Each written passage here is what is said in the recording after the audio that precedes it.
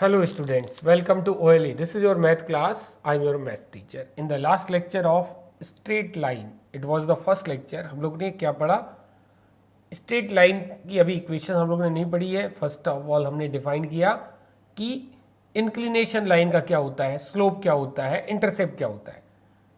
तो इक्वेशन पढ़ने से पहले first of all we have to define the term locus. Locus आपने पढ़ रखा होगा. What do you mean by locus? Locus, the path traced by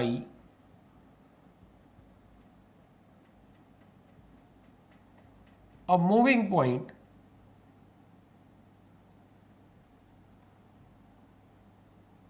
which moves under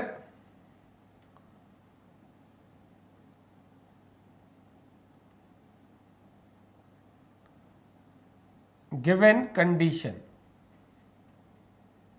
condition एक से ज्यादा भी हो सकती है, तो कंडीशंस ऑब्लिक कंडीशंस करती है. There may B one condition और more than one condition is called locus. किसका locus? Locus of moving point.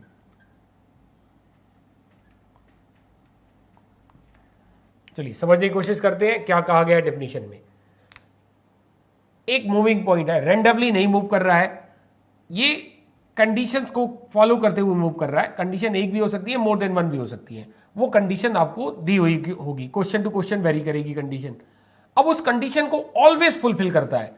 अब उस कंडीशन को फुलफिल करते हुए जो भी पाथ बनाएगा, उस पाथ को हम इस मूविंग पॉइंट का लोकस कहेंगे.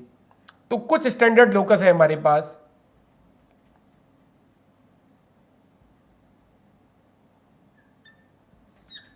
वेरी फर्स्ट, सब हम जानते हैं, बस लोकस टर्म नहीं यूज करते आ रहे हैं.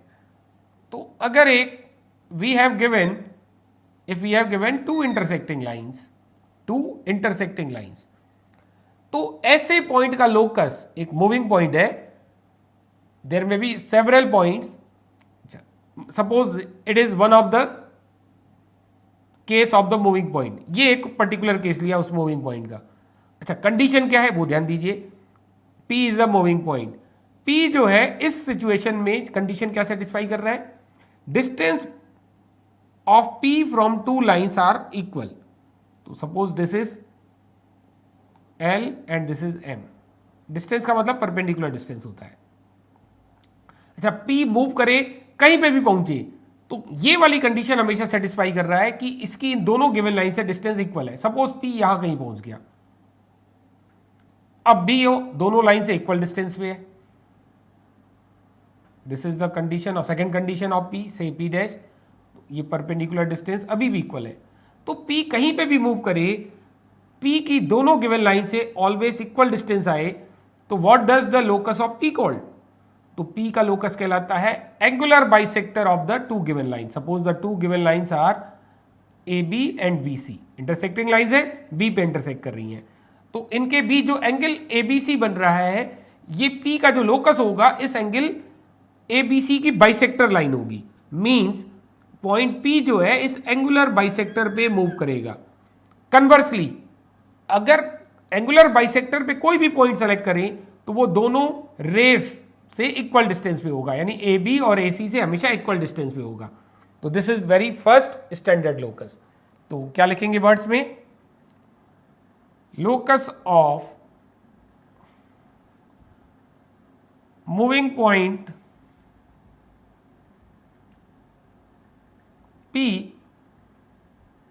which is always equidistant from two intersecting lines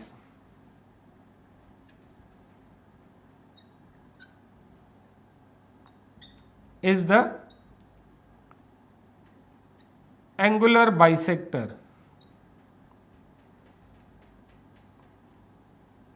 of the two lines. तो क्या बोला गया? जो हमने समझाया वही वर्ड्स में लिख दिया है. इनके बीच जो एंगल बनेगा, जो एंगुलर बाइसेक्टर होगा, वो एंगुलर बाइसेक्टर ही लोकस होगा इन दोनों लाइन से या दोनों रेस से इक्वल डिस्टेंस पे रहने वाले पॉइंट का locus. Second case, suppose we have given two parallel lines. Previous case में लाइंस इंटरसेक्टिंग थी, now we are taking two parallel lines. P again we have taken a moving point, ये एक position है। P की दोनों line से distance equal है, अभी भी P दोनों लाइन से इक्वल डिस्टेंस पे आ रहा है। यहाँ पे P आया तब भी इक्वल डिस्टेंस दे रहा है, यहाँ P है तब भी दोनों लाइन से इक्वल डिस्टेंस पे है। अब बताइए क्या होगा P का locus? Locus of P is again a parallel line, midway parallel line, it is said to be midway parallel line, दोनों के एकदम बीचों बीच में है और इन्हीं दोनों पैरेलल लाइन के पैरेलल भी बनेगा। तो what is second case? Locus of equidistant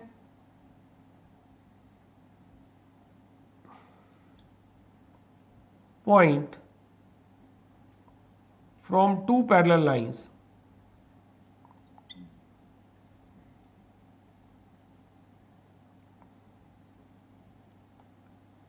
क्या हो जाएगा? Is midway parallel line, midway parallel line.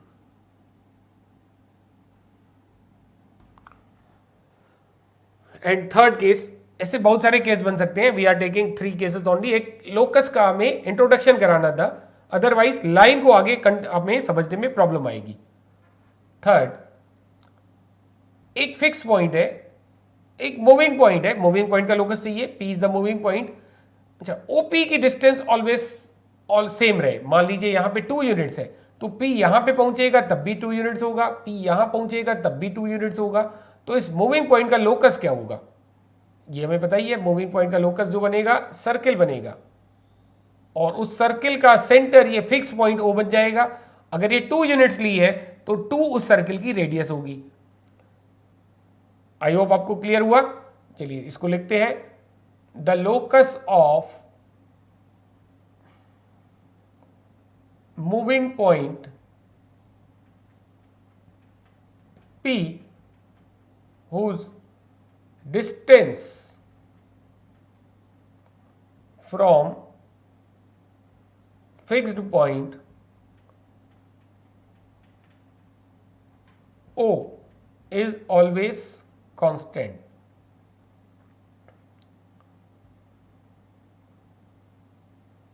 से R, ये डिस्टेंस को हमने R कह दिया, is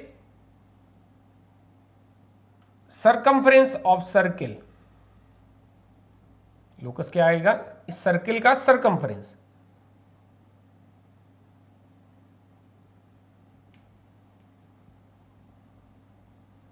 whose center is O, fix point centre हो जाएगा, एंड रेडियस जो डिस्टेंस थी वो रेडियस हो जाएगी, and distance is R।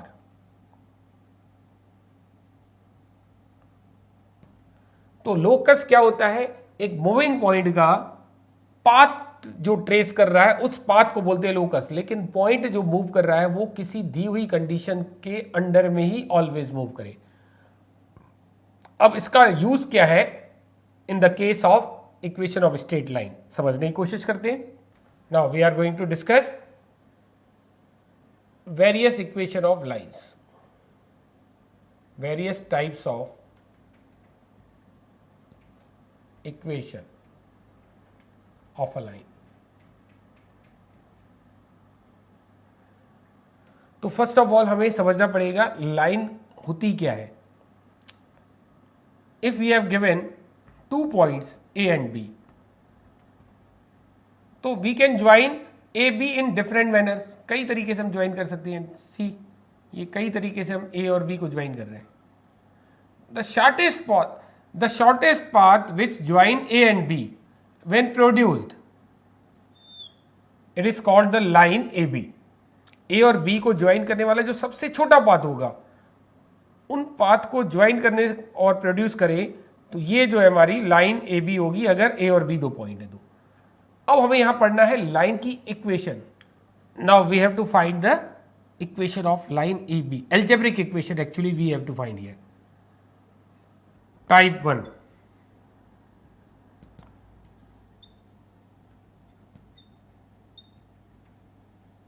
Slope intercept form. Slope intercept form means we have given slope of a line and intercept. Intercept means here y intercept है. Slope intercept form में जब भी हम लोग intercept की बात करेंगे it means y intercept. Let m be the slope of the line and c be the y intercept.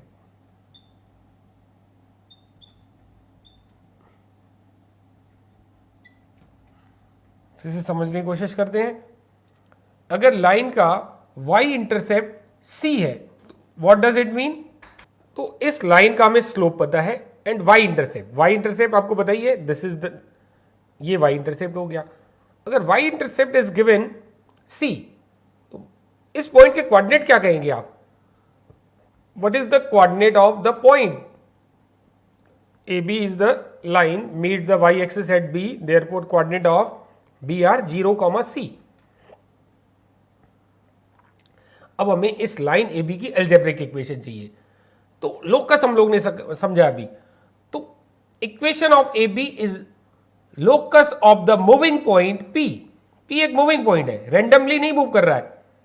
यहां कहीं पे भी ऐसा नहीं सेलेक्ट कर सकते हम P. P is a moving point such that slope of PB is always m. इसी लाइन का स्लोप m है, तो PB का स्लोप हमेशा m रहेगा. अच्छा, जब भी हम लोग लोकस की एल्जेब्रिक इक्वेशन निकालेंगे तो take the coordinate of moving point xy. Take the coordinate of moving point xy. चलिए, y इंटरसेप्ट हमने c लिख दिया, हमें इक्वेशन फाइंड करनी है. तो equation of AB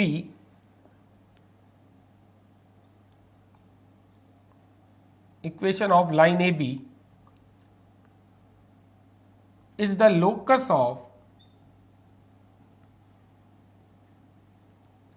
moving point P.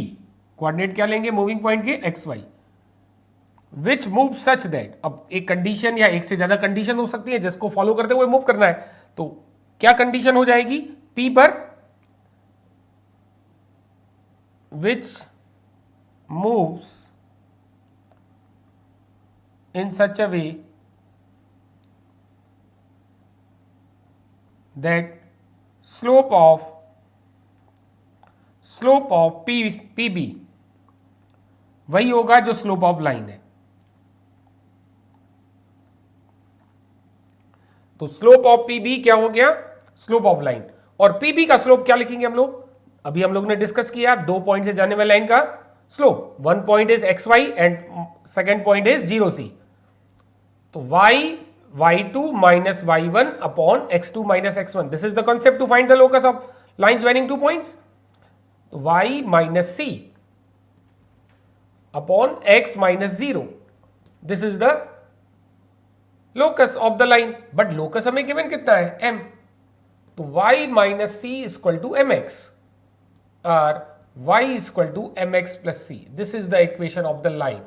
In this is the algebraic equation of the line. तो हमें इक्वेशन लिखना था type 1, intercept slope intercept form था टाइप 1. तो ये हमें याद रखना है. इक्वेशन हमेशा जब भी हमारी आएगी इन टर्म्स ऑफ xy आएगी. ध्यान दीजिएगा, आप लोगों ने पेयर ऑफ स्ट्रेट लाइंस में किया हुआ है कि 2x plus 3y is equal to 7 is a line. ये लाइन बोलते थे, xy के टर्म में ही हमेशा लिखते आए थे. यहां पे भी लाइन की इक्वेशन हम लोग हमेशा xy के टर्म में ही कैलकुलेट करेंगे. तो हियर m क्या हो जाएगा? Slope of line. y equal to mx plus c. ये याद रखना है अपने को. ये formula whenever it is said कि स्लोप दिया है और y इंटरसेप्ट दिया है, तो directly you will use the formula y equal to mx plus c. m is the slope of the line and c, what is c? y intercept.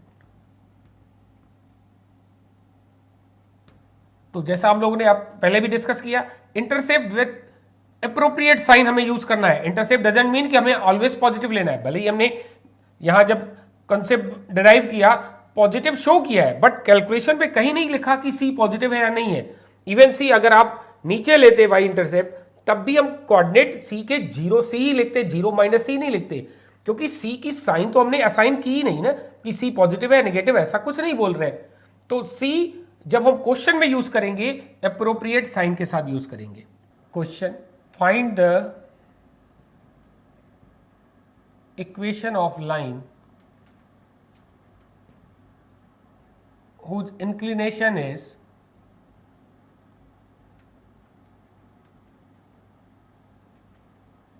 (60° and y-intercept is -3। But इससे ही एक line की equation निकालो जिसका inclination discuss हुआ था, जो positive x axis से angle बनाती है कोई लाइन, उस एंगल को बोलते हैं inclination. And y intercept is given -3, y intercept -3 and inclination is 60°। ऐसी कुछ लाइन रही होगी, inclination with positive x axis, angle जो बन रहा है 60° है, और ये वाई इंटरसेप्ट -3 है। Solution, slope of line m क्या हो जाएगा, इंक्लिनेशन थीटा है तो स्लोप हम लोग ने लिखा m = tan थीटा होता है, तो theta is given 60°, it's a tan 60°, और वैल्यू tan 60° की हमें पता है √3, तो स्लोप आ गया √3। And y intercept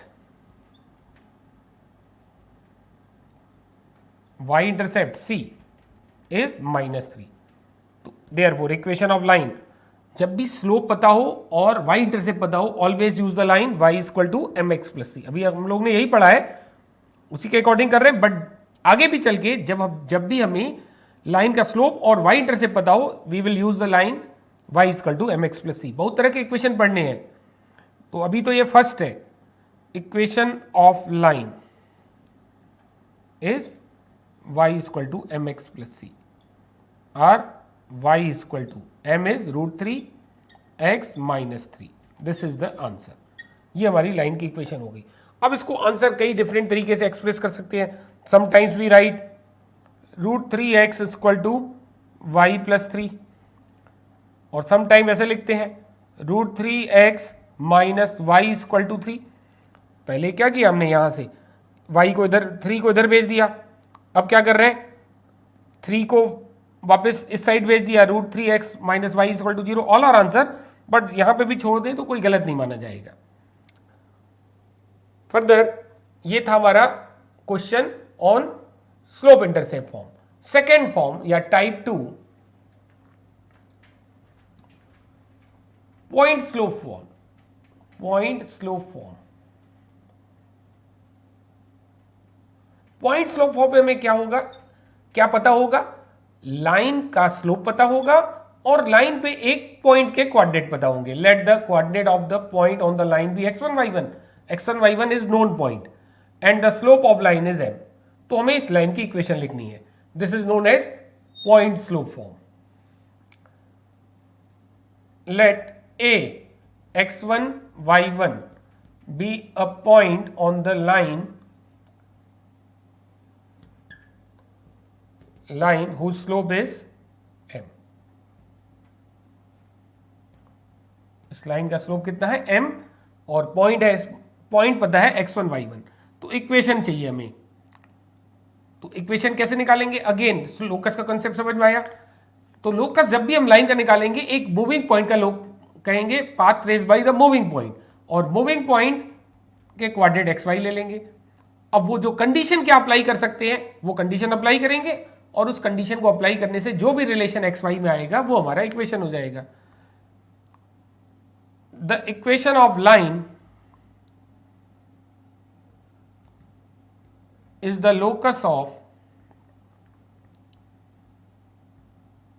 moving point P, coordinate xy। क्या कंडीशन अप्लाई करेंगे, सच दैट, क्या कंडीशन फॉलो करता है, जो लाइन का स्लोप होगा वही तो पी ए का स्लोप होगा, such that slope of P A is always m. P अगर यहां आ गया तो पी ए जो है स्लोप एम नहीं दे पाएगा, स्लोप तो इस लाइन का एम है। अगर पी यहां ले लिया यानी लाइन पे नहीं लिया तो पी ए का स्लोप एम नहीं आएगा, या पी इधर ले लिया तब भी पी ए का स्लोप एम नहीं आएगा। तो पी अगर इसी लाइन पे मिलेगा तभी स्लोप एम देगा। तो क्या कंडीशन फॉलो होनी चाहिए, पी मूविंग पॉइंट है, पी ए का स्लोप ऑलवेज एम मेंटेन रहे, इस तरह से पी हमें सेलेक्ट करना है। तो अब जो पी का पाथ बनेगा वही इस इक्वेशन ऑफ लाइन हो जाएगी। तो स्लोप कैसे लिखते हैं, y2 minus y1 upon x2 minus x1। तो y minus y1 upon x minus x1 equal to m, cross multiply कर दीजिए, ये हमारी इक्वेशन हो गई। y minus y1 equal to m x minus x1। This is known as point slope form. क्या कहलाएगा ये, पॉइंट स्लोप फॉर्म। तो इसमें हमें क्या पता होगा, एक पॉइंट पता होगा जिसके कोऑर्डिनेट हमें दिए हैं और लाइन का स्लोप पता होगा। तो हम इक्वेशन इसमें वैल्यू पुट करके निकाल लेंगे।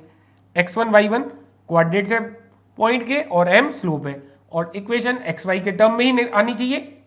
Find the equation of line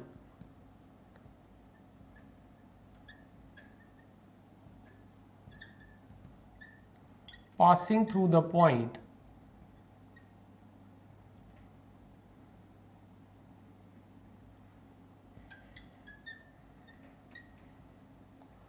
-2 -1 and its slope is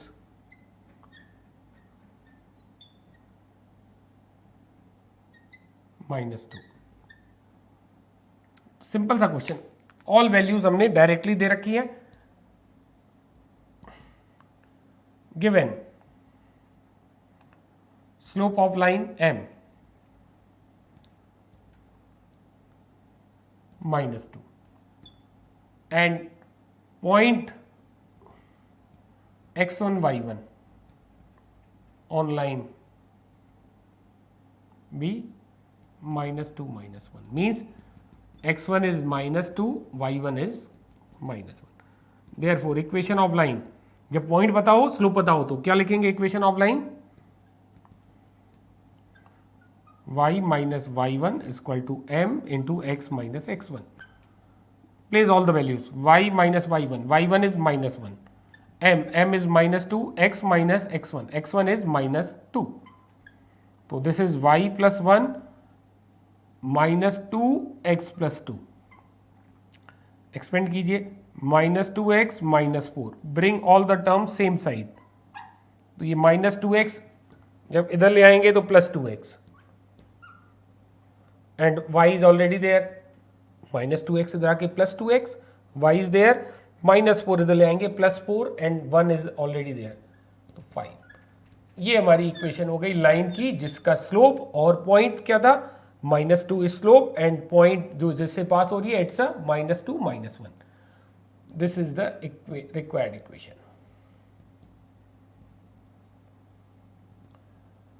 I hope आपके जो दो टाइप डिस्कस हुए आज वो दोनों आपको क्लियर हुए होंगे। Very first was slope intercept form and second point slope form. तो उस पर एकदम सिंपल क्वेश्चन लिए, बट वी विल टेक कुछ अच्छे क्वेश्चन भी लेंगे। पहले हम लोग सारे फॉर्म 1 by 1 डिस्कस कर ले। चलिए फिर मिलेंगे नेक्स्ट क्लास में। Till then bye bye, take care.